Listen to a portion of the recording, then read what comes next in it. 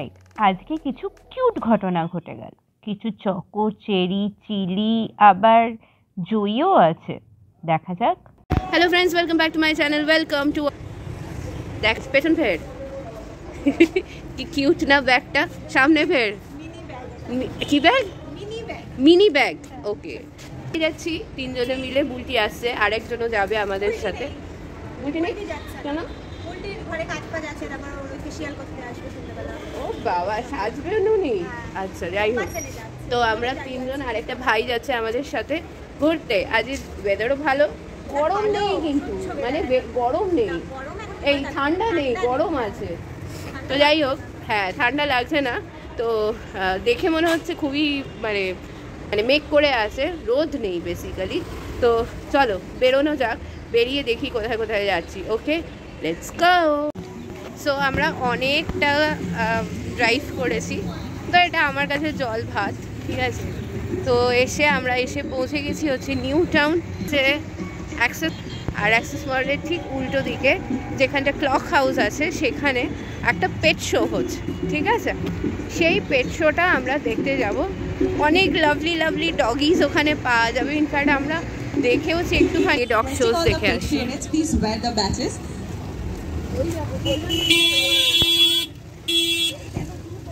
এই যে ঢুকছে উলি বলি।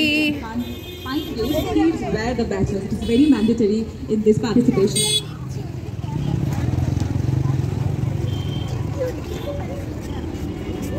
উলি কি মিষ্টি। আলে ওলে,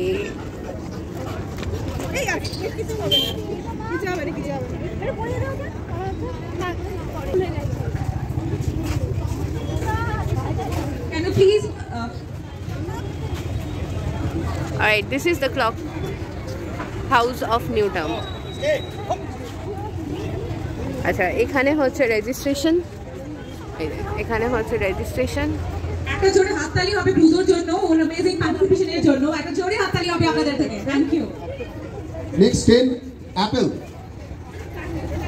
and the next number be ready 32 Tyson. Pet parents Sabita Singh. দেউলিনা আদর করছে, ও নিজেই পেট লাভার, ও নিজের পেট আছে। তো মেনলি ডগ শোতে ওদের নিয়ে আসা হয় সুন্দর করে সাজিয়ে গুছিয়ে, এবং ওরা নিজেদের মতো অ্যাক্টিভিটিসগুলো করে, এবং এই অ্যাক্টিভিটিস অনুযায়ী ওদের ফার্স্ট, সেকেন্ড, থার্ডে প্রাইজ দেওয়া হয়। তো কি অ্যাক্টিভিটি হয় please get ready, you are the. ভীষণই কিউট একটা ব্যাপার, ভীষণই কিউট ব্যাপার।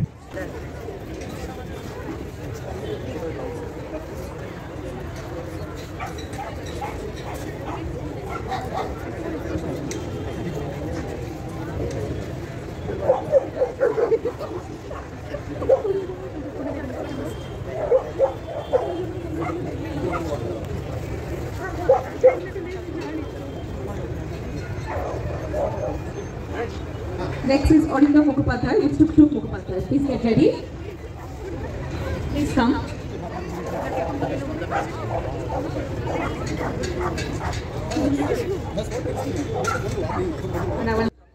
ওকে, তো একটু এক্সপ্লেন করে দিই। সেটা হচ্ছে এখানে একটা ডগ শো হচ্ছে, যে যেরকমভাবে তার ওনার ডগস আর কি নিয়ে আসবে, এবং এই যে ভেটেরান ডক্টর একজন আছেন, উনি আর কি স্পেশালিস্ট আর জাজ, অ্যাজ ওয়ান অফ দ্য জাজেস।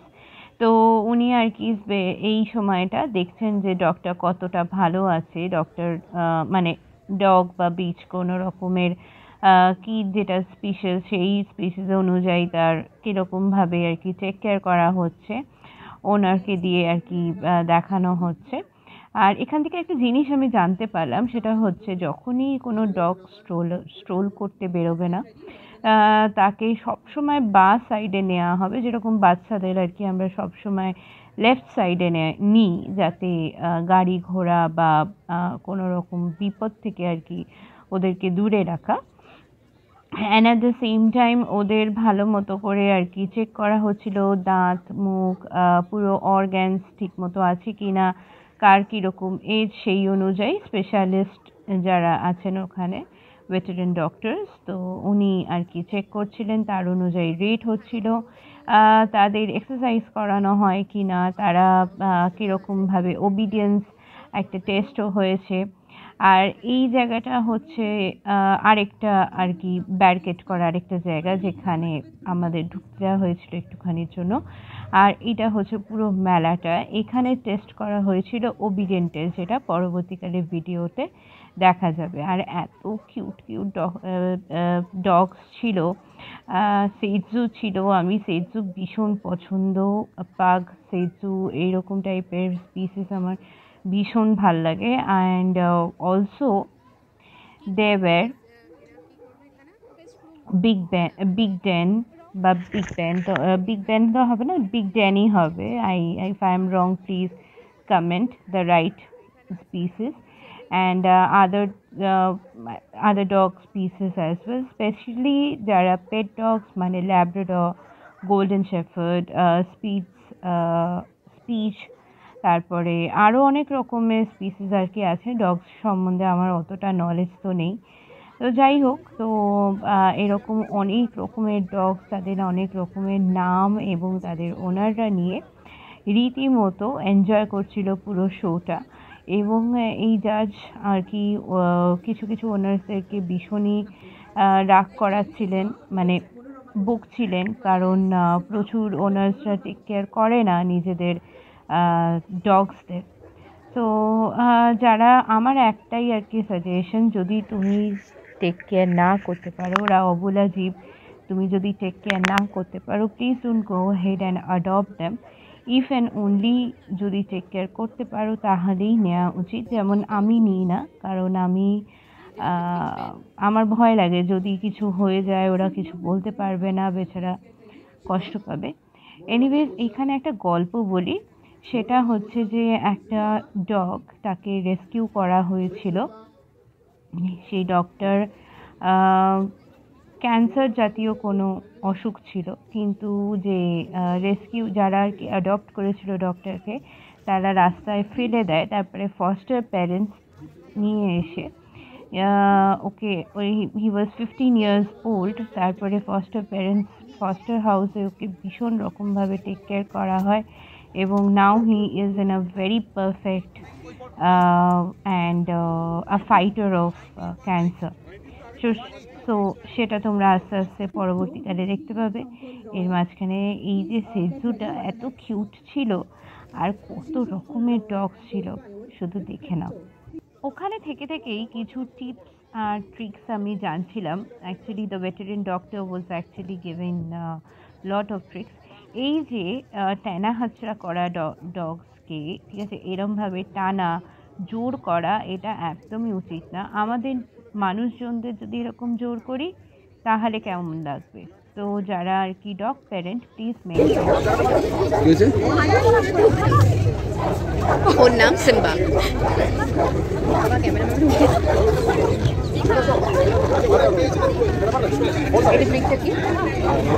এটা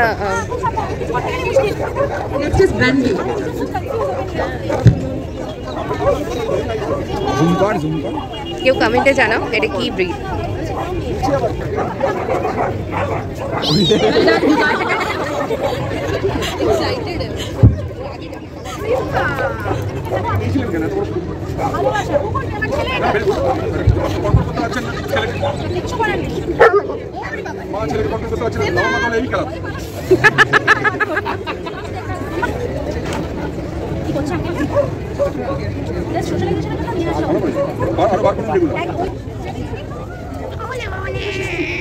সিজু, এটা সিজু। হ্যাঁ,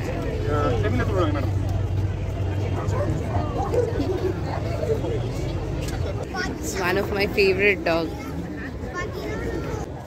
Anjushu Pramanik with Candy. Good boy. Don't call the dog. Don't call the dog. Don't call the dog. It's tagging the German Shepherd. আমি এই পোর্শনটা একটু বেশি রাখলাম, কারণ যে পেট প্যারেন্টসরা আছে তারা দেখে বুঝতে পারবে বা শুনে বুঝতে পারবে how to properly maintain and take care of their pets so that তাদের কোনো কষ্ট না হয়, তারা যেন 15 বছর খুব ভালোভাবে একটা ডগের বা একটা বেছে তো 15 বছরই আর কি আয়ু হয়, তো 15 বছর যেন তারা খুব ভালোভাবে আর কি টেক কেয়ার করতে পারে নিজেদেরকে। কোনো রকম অসুখ হলে কীরকম করে মেনটেন করা হবে। অ্যান্ড সবথেকে বেশি যেটা আর কি উনি বলছিলেন সেটা হচ্ছে জার্মান শেফার্ডস বা যে ডগসরা সবথেকে বড় হয়, মানে খুব বড় হয় এবং তাদের আমাদের কলকাতা বা ইন্ডিয়ার ওয়েদার আর কি ক্যাচ করতে একটু ডিফিকাল্টি হয়, তারা যেন ভালো করে টেক কেয়ার করে। Exercise is must, good food is must, and see how they cute R.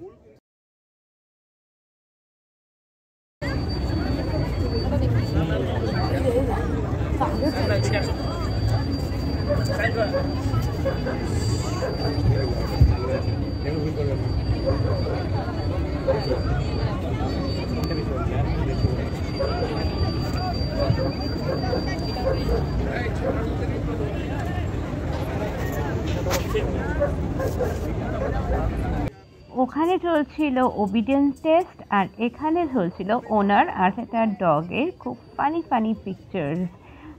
This artist was actually famous for drawing this kind of art. I do not know what is the name of the art. Please mention in the comment. This is Milo, and he was not at all obedient. The owner was calling him as Milo, but he was more interested into আমাদের এখানে মানে পেট শোটা complete হয়ে গেল, এবার একটু খাবো দাবো। Direct করেছে ওরা সবাই মিলে এটাকে অ্যাক্টিং করেছে। It's a fantastic movie. I must say যে লঞ্চ লিখেছে সেটা নিয়ে ওরা বলছে সব থেকে। তো আমরা একটু খেতে যাব, তো যেটা বলতে যাচ্ছিলাম নিউ টাউন মানে সেন্ট্রাল মলের সামনে, এটা হচ্ছে নিউ টাউনের সব থেকে বড় আর কি খাবার জায়গা। এরকম ট্রাকে করে আর কি এখানে খাবার বিক্রি হয়। এটা বেসিক্যালি স্টার্ট হয় 4টের থেকে। এই যে এতগুলো ট্রাক, একটু ঘুরে দেখি কী কী আছে। যেমন দেখলাম ডমিনোজ আছে, এটা হচ্ছে একটা হরিণঘাটার ট্রাক। এখানে আবার কড়াইশুঁটির কচুরি, এখানে আবার এত কিছু বাঙালি খাবারও পাওয়া যায়। কড়াইশুঁটি কচুরি, আলুর দম, কষা। এটা একটা বার্গারের দোকান, রোজ বার্গার বলে, র্যাপস অ্যান্ড কাবাবস। এবং এখানে অনেক রকমের দোকান আছে এবং এটা রীতিমতো ভালোই খাবার দাবার। এখানে খুব ভিড় হয়, আজ ভিড়ও হয়েছে।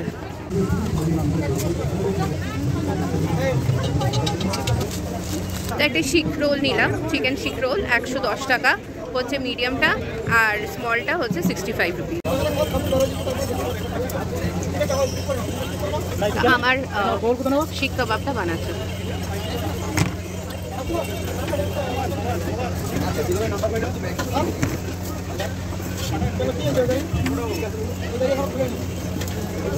ओके, मीडियम में 2 खाना आता है।